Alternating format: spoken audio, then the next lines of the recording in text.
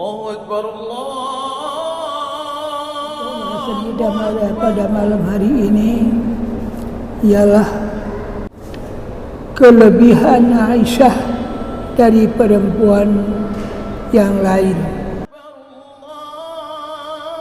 Assalamualaikum warahmatullahi wabarakatuh. Alhamdulillahilladzi faddala ba'dahum ala ba'd. Asyhadu an la ilaha illallah wahdahu la syarika lah, lahul mulku wa lahul hamdu yuhyi wa yumiit wa huwa ala kulli syai'in qadir. Wa asyhadu anna sayyidana wa nabiyyana Muhammadan abduhu wa rasuluh al-mab'uutsu rahmatan lil alamin. Allahumma shalli wa sallim ala hadan nabiyil karim wa ala alihi wa ashabihi wa man tabi'ahum ila yaumiddin ajma'in. Amma ba'd, fa ya ayyuhal hadirun wal hadirat, wa ya ayyuhal mustami'un al kiram wal mustami'at, rahimakumullah. Kaum muslimin, hadirin hadirat, Bapak, Ibu, saudara-saudari, dimanapun Anda berada yang dapat mendengar halqah Ma'arif ini yang dipancarkan dari Radio Baitul Rahman maupun LPP RRI Banda Aceh dan radio-radio lainnya yang turut merelay LPP RRI Banda Aceh. Marilah pertama-tama kita memuji dan bersyukur kepada Allah atas segala rahmat dan anugerahnya yang Allah telah limpahkan kepada kita. Nikmat dan anugerah begitu banyak sehingga kita tidak bisa menghitungnya. Terutama yang paling penting nikmat iman dan Islam, dan dengan nikmat itulah yang nanti bisa melepaskan kita daripada berbagai persoalan dunia dan akhirat kelak. Seterusnya marilah kita bersalawat dan bertaslim kepada junjungan kita Nabi besar Muhammad sallallahu alaihi wasallam yang dengan diutusnya beliau menjadi Rasul membawa rahmat untuk sekalian alam. Dalam pertemuan kita yang ke-867 di malam hari ini, Kamis 21 Zulkaidah 1445 Hijriah bertepatan dengan 30 Mei 2024 Miladiah. Kita sudah berada di minggu ke-55 hitungan tahun 1445 Hijriah atau minggu ke-31 hitungan tahun 2024 Miladiah. Hari yang kita jelang hari ini merupakan hari ke-306 hitungan Hijriah atau hari ke-151 hitungan Miladiah. Yang akan menjadi pokok bahasan kita pada malam hari ini ialah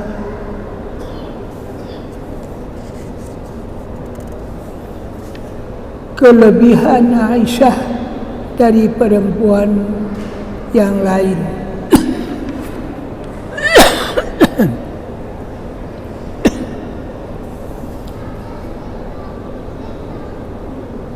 Untuk ini mari kita landaskan kajian kita pada salah sebuah hadis Rasulullah SAW.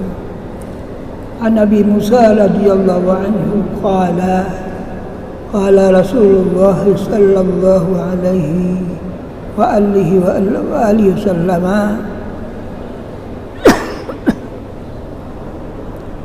kamula minar rijal kathirun alam yukmal minan nisa illa Asiyah imra'atu Fir'aun wa Maryam binti Imran inna fadlu Aisyata ala nisa'i kafadli saridi ala sa'iri ta'am. Rawahul Bukhari wa Muslim. Tapi sekalian minta maaf karena soalan agak terganggu. Dari Abu Musa radhiyallahu anhu, Rasulullah SAW pernah bersabda, di antara orang laki-laki banyak yang sempurna, di antara orang perempuan adalah Asyah istri Fir'aun, Maryam putri Imran, dan kelebihan Aisyah dari perempuan-perempuan yang lain adalah seperti sarit roti yang diberi kuah dari semua makanan. Maksudnya seperti makanan yang paling lezat di antara makanan-makanan yang lain. Hadis riwayat Bukhari Muslim. Bapak Ibu sedang jemaah yang dirahmati Allah, Asyah istri Fir'aun pada hakikatnya termasuk orang yang beriman kepada Allah. Akan tetapi ia menyembunyikan keimanannya.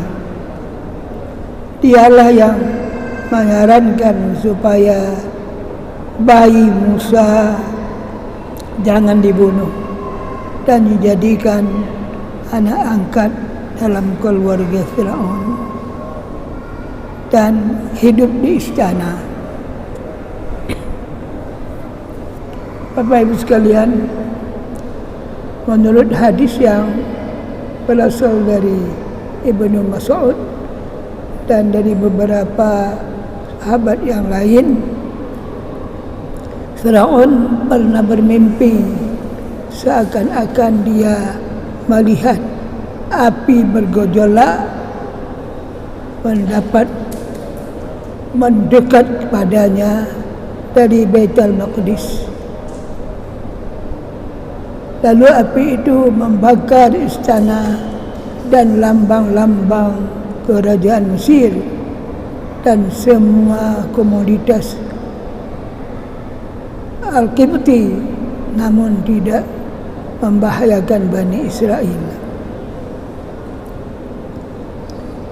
Begitu bangun dari tidurnya, dari mimpinya, dia pun memanggil ahli nujum untuk menebak mimpinya itu. Ahli nujum mentakbirkan mimpinya bahawa kerajaannya suatu saat jatuh di tangan seseorang. Untuk menyelamatkan kerajaannya, sejak saat itu anak laki-laki yang lahir haruslah dibunuh, sedangkan anak perempuan dibiarkan hidup. Dalam kondisi demikian, ibu Musa melahirkan Musa. Ibu Musa begitu gusar bagaimana cara menyelamatkan anaknya dari tirani dan kekejaman Fir'aun dan pengikut-pengikutnya. Allah Maha Penolong. Allah berfirman atau mewahyukan kepada ibu Musa, kami ilhamkan kepada ibu Musa, susuilah dia, dan apabila kamu berharap keselamatannya, maka masukkanlah dia dalam peti dan jatuhkanlah dia ke sungai Nil yang mengalir di bawah istana. Janganlah khawatir dan gundah hati, karena sesungguhnya kami akan mengembalikannya kepadamu dan akan menjadikan dia salah seorang rasul. Bapak Ibu sedang jemaah yang dirahmati Allah, maka dipungutlah dia oleh keluarga Fir'aun yang akibatnya dia menjadi masuk dan kesedihan bagi mereka. Sesungguhnya Fir'aun dan Haman adalah orang-orang yang bersalah. Dan berkatalah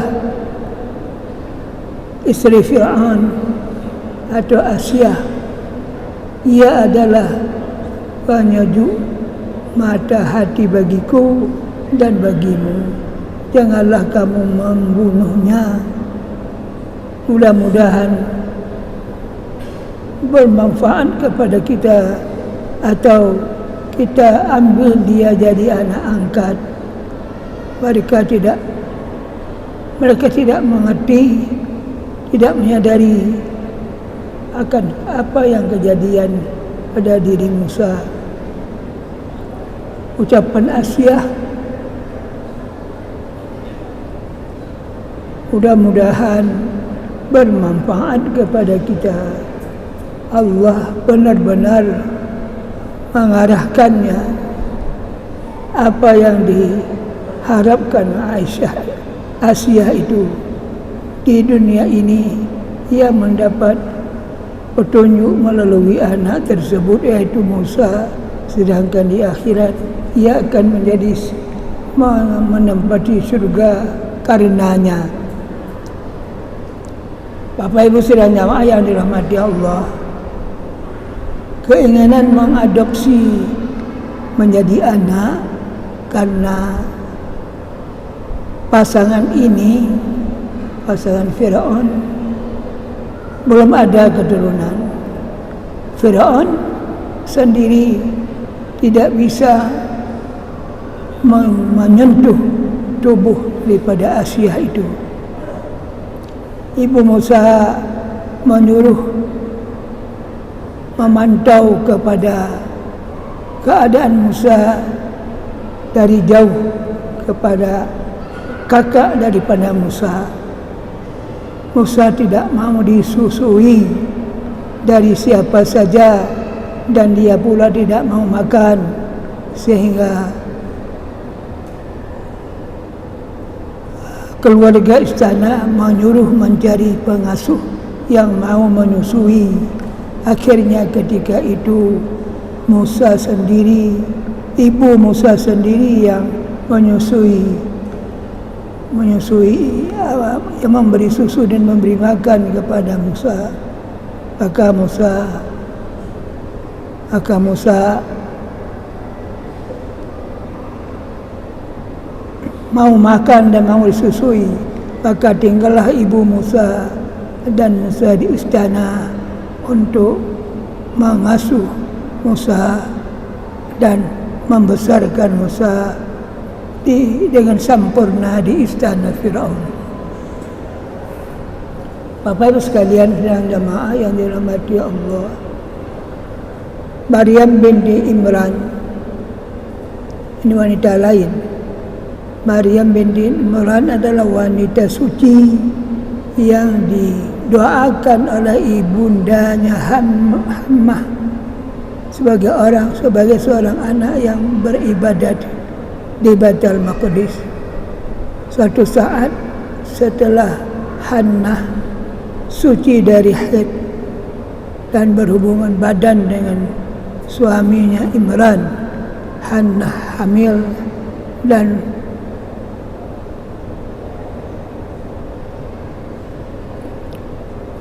lahirlah Maryam. Menurut hadis Anas, sebaik-baik wanita ada 4.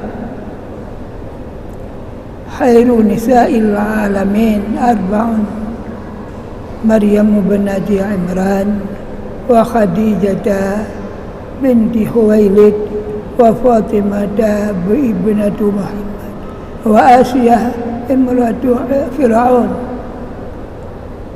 Sebagai wanita, berdasarkan hadis itu ada 4 orang yang baik. Maryam anak perempuan Imran, Khadijah isteri Nabi binti Khuwailid, Fatimah anak Nabi, dan Asyah isteri Fir'aun. Yang menjadi isteri Nabi SAW di surga Khadijah binti Khuwailid, Maryam bin Imran, Asyah isteri Fir'aun, dan saudara perempuan Musa. Asyah itu sebenarnya binti Marahim. Khadijah binti Khuwailid dinikahi Nabi, dinikahi oleh Allah. Asyah dinikahi oleh Allah. Khadijah membantu perjuangan Nabi 15 tahun sebelum kenabian dan 10 tahun sesudah kenabian. Allah SWT menyebutkan sesungguhnya malaikat menyampaikan berita gembira kepada Maryam bahwa Allah Subhanahu wa taala memuliakannya sebagai wanita pilihan di antara wanita-wanita sedunia pada masanya, justru memilih dia untuk mengandung seorang anak tanpa ayah. Dan malaikat Jibril juga menyampaikan berita gembira, dan sesungguhnya anak itu nanti akan menjadi Nabi dan Rasul yang mulia, yaitu Nabi Isa.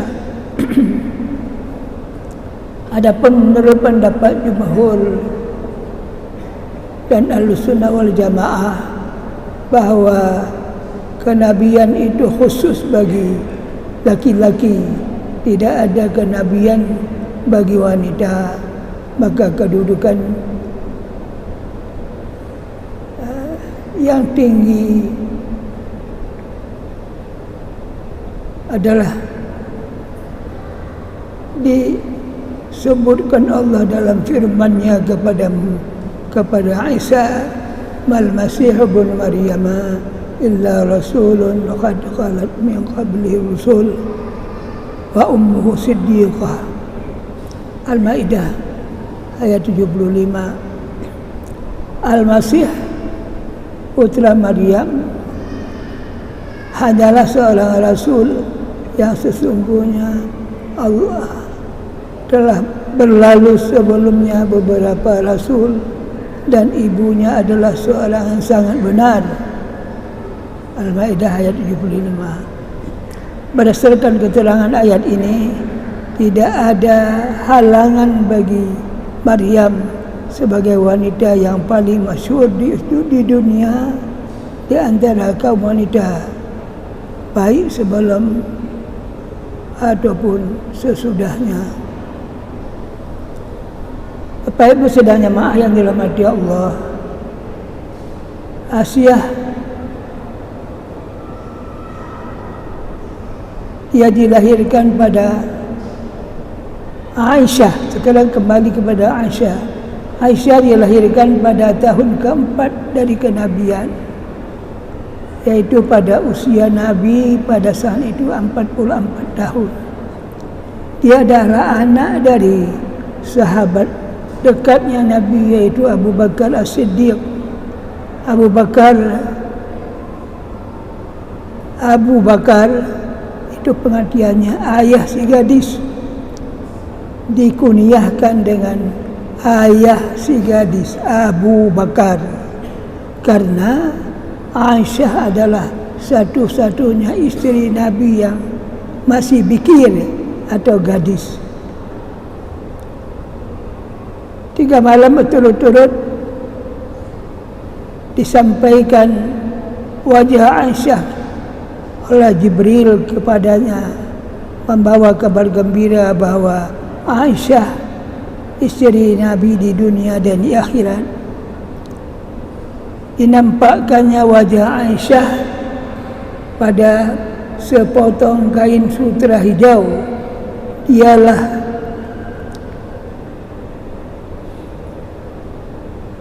yang menjadi sebab firman Allah turun untuk membela keadaan Aisyah ini yang difitnah oleh orang-orang munafik. 2 tahun setelah meninggalnya Khadijah radhiyallahu an, wahyu datang untuk menikahi Aisyah. Setelah datang wahyu itu, Nabi SAW berkata kepada Aisyah, "Saya melihatmu dalam tidurku 3 malam berturut-turut. Malaikat mendatangiku dan menampakkan wajahmu padaku pada sepotong kain sambil berkata, inilah isterimu."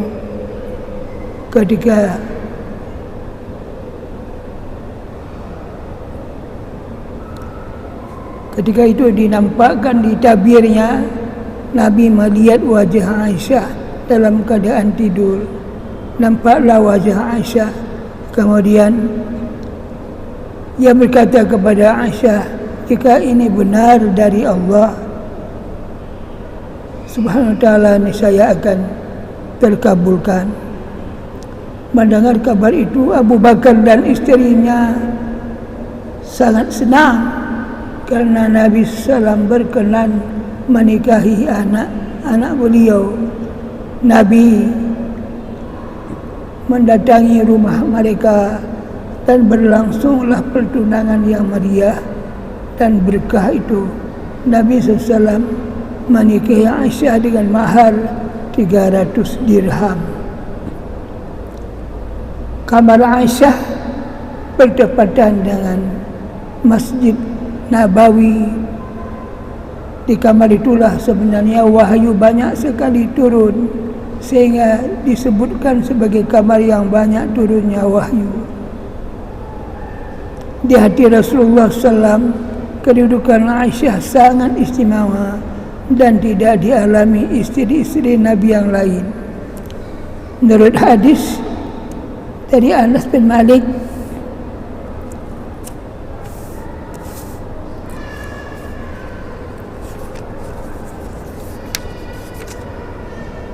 cinta pertama dalam Islam adalah cintanya Rasulullah SAW kepada Aisyah radhiyallahu anha. Aisyah sempat belajar kepada Rasulullah SAW tentang ayat-ayat yang sukar dipahami langsung dari beliau sendiri.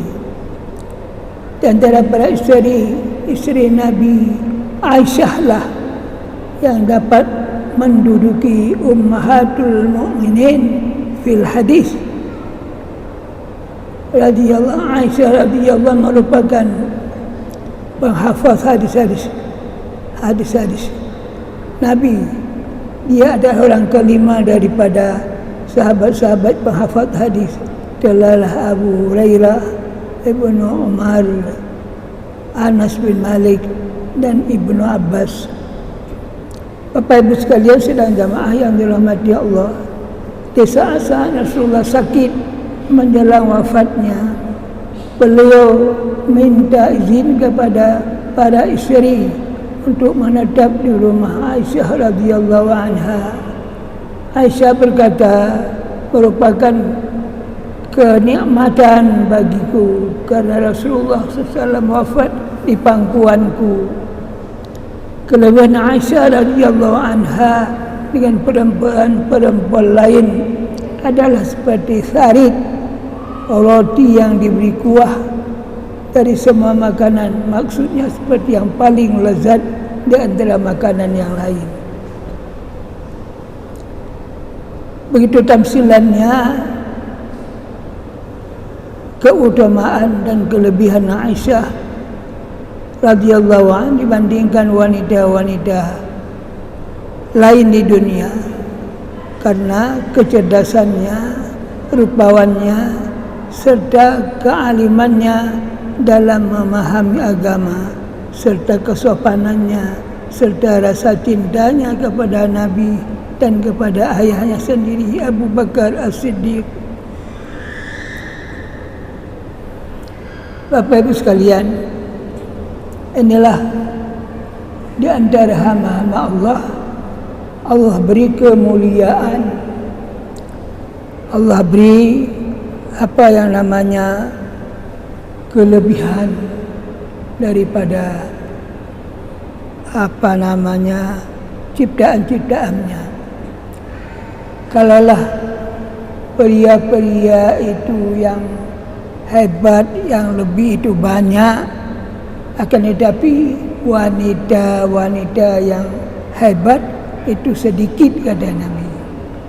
Termasuklah di dalamnya Asia istri Fir'aun, Aisyah binti Abi Bakar,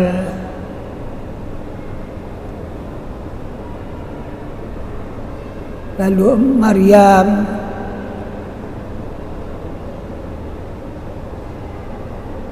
lalu Asia istri Fir'aun. Mereka itu dilebihkan Allah kedudukannya.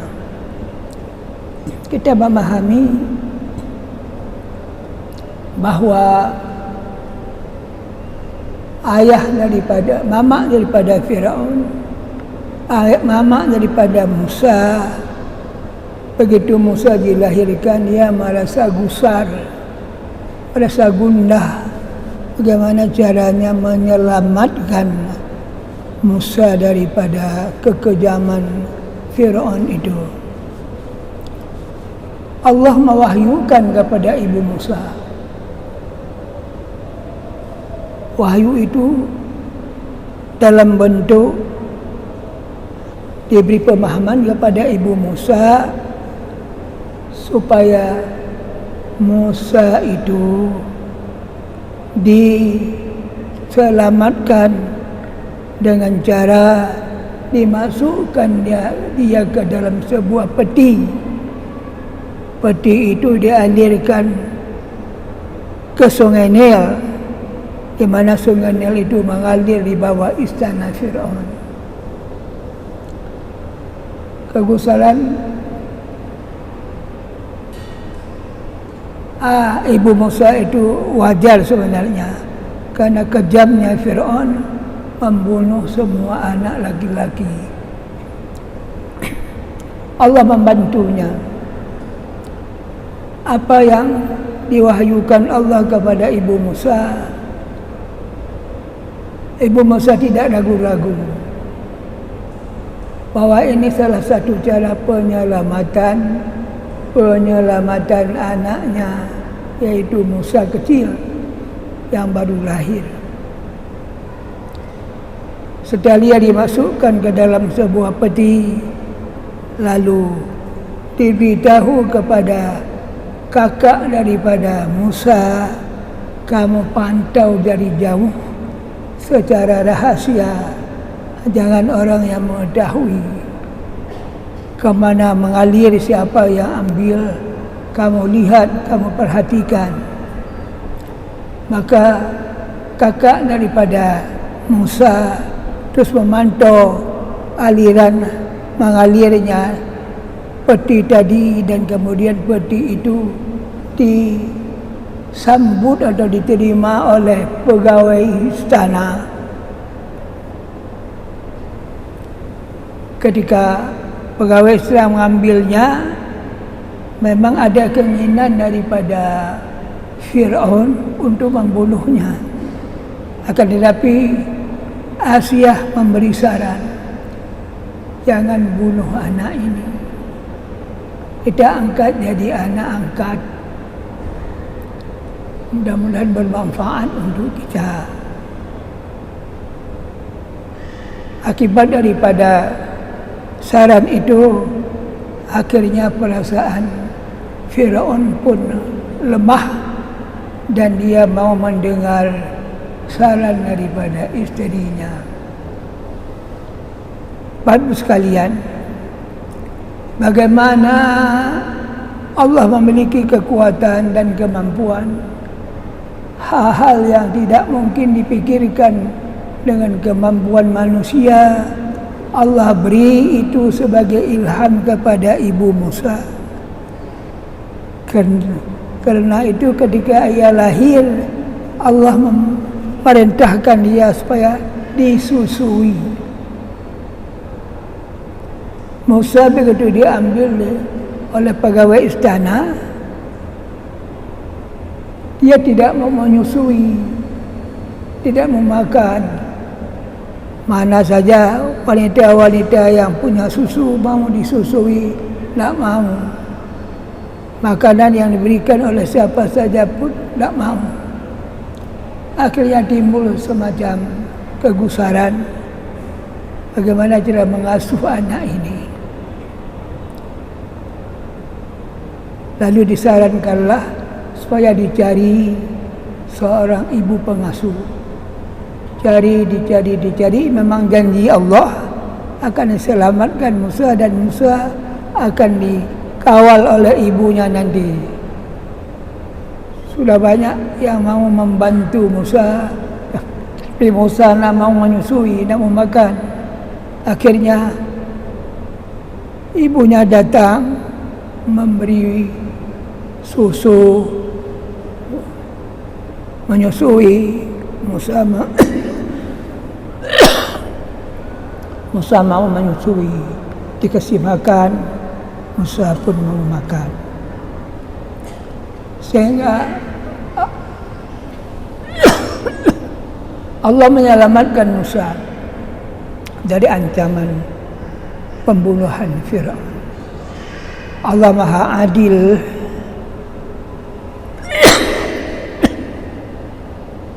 Dia beri pemahaman kepada ibu Musa supaya dia secara rahasia tidak ada yang mengetahui bahwa itu ibunya.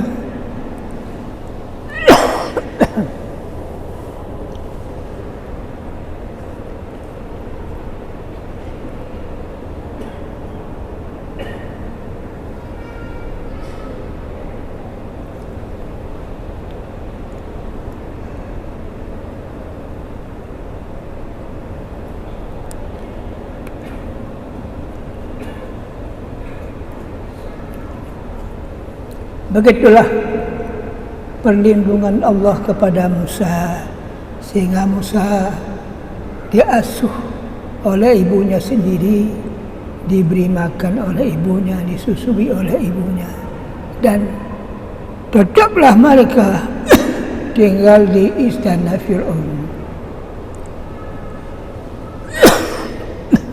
Minta maaf ini batuk. Demikianlah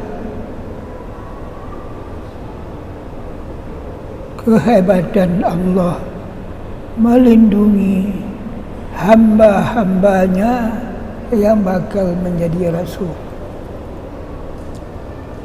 Seharusnya kebanyakan anak-anak laki-laki di saat itu dibunuh karena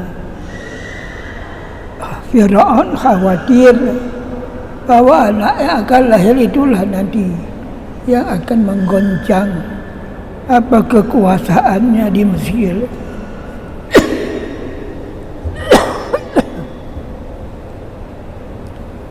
Allah Maha Kuasa, Allah Maha Tahu, Allah Maha Bijak. Tidak ada sesuatu pun yang Allah telah atur bisa disanggah oleh manusia. Sehingga Musa jadi selamat, jadi aman, jadi tentram, diasuh oleh mamanya sendiri. Bapak Ibu sekalian, ketika dibicarakan di malam ini beberapa wanita yang mereka lebih dari yang lain. Wanita-wanita itu di surga nanti akan menjadi istri Nabi, terutama Khadijah binti Khuwailid, Aisyah sendiri, isteri Fir'aun, lalu saudaranya Musa, kakaknya Musa, menjadi isteri Nabi di surga nanti. Begitulah ketika Allah mengatur kehidupan manusia, yang satu lebih dari yang lain, yang satu dimuliakan daripada yang lain. Begitulah kehidupan kita sebagai hamba-hamba Allah, berlebih kurang. Ada yang mendapat kedudukan, ada yang tidak mendapat kedudukan, ada yang dikenal, ada yang tidak dikenal, ada yang termasyhur, ada yang tidak dikenal siapa-siapa. Begitulah kedudukannya di sisi manusia. Adapun di sisi Allah, apa yang kita lihat itu hina, tidak baik, miskin, akan tetapi di sisi Allah dialah orang yang akan mendapat keberkatan di sisi Allah, orang yang akan memberi apa Allah berikan kehormatan di sisinya. Sebab kadang-kadang penilaian manusia terhadap manusia itu bisa salah. Sebagaimana suatu saat ada seorang yang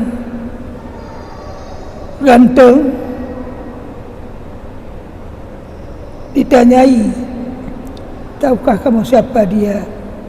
Itu kalau dia mau mencari jodoh, dapat tu jodohnya. Dia dimuliakan orang kaya, punya kedudukan. Nabi memberi arahan, tidak, dia di sisi Allah bukan orang yang baik. Kemudian datang seorang yang namanya pria miskin. Bagaimana pandanganmu terhadap pria miskin ini? Ya, kalau mau melamar, tak akan diterima lamarannya. Pandangannya tidak ada diterima. Dia sebagai orang miskin. Itulah dalam ilmu Allah, dia orang yang terbaik di sisi Allah. Tidak sama dengan pandangan manusia. Sebab hakikat manusia itu tidak ada yang memahami, tidak ada yang dipahami oleh kalangan manusia itu sendiri, kecuali Allah yang memahami. Oleh kerana dalam hidup ini sebenarnya kita tidak bisa melecehkan, tidak bisa menghina orang-orang yang kita anggap hina, orang-orang yang dianggap miskin, bapa, lalu seperti tidak dihargai. Padahal di sisi Allah mereka adalah orang-orang yang baik, yang mendapat pujian di sisi Allah. Begitulah pandangan Allah terhadap hamba-hambanya. Karena ilmu hamba ini adalah sangat terbatas, tidak bisa memahami apa yang akan terjadi masa depan, terjadi terhadap diri sendiri atau diri orang lain. Mudah-mudahan kajian yang pendek ini ada manfaatnya dalam acara mengisi kegiatan ceramah biasa kita ini. Saya akhiri ceramah ini. Subhanakallahumma wa bihamdika asyhadu an la ilaha illa anta astaghfiruka wa atubu ilaika. Amaltu su'an wa zalamtu nafsi faghfirli fa innahu la yaghfiru dzunuba illa anta. Aqulu qawli hadha wa astaghfirullahal azim. Hadanallahu wa iyyakum ajma'in. Wassalamualaikum warahmatullahi wabarakatuh.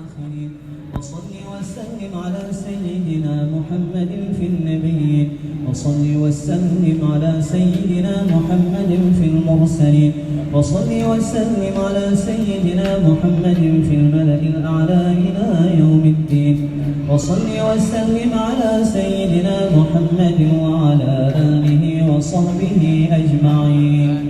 ولقد أشروا لنعت من أوصافه تحيي القلوب تهيج الأشجانا والله قد أثنى عليه فما يساوي القول منا أو يكون ثنانا لكن حبه في السرائر قد دعا لمديح صفوة ربنا وحدانا وإذ امتزجنا بالمودة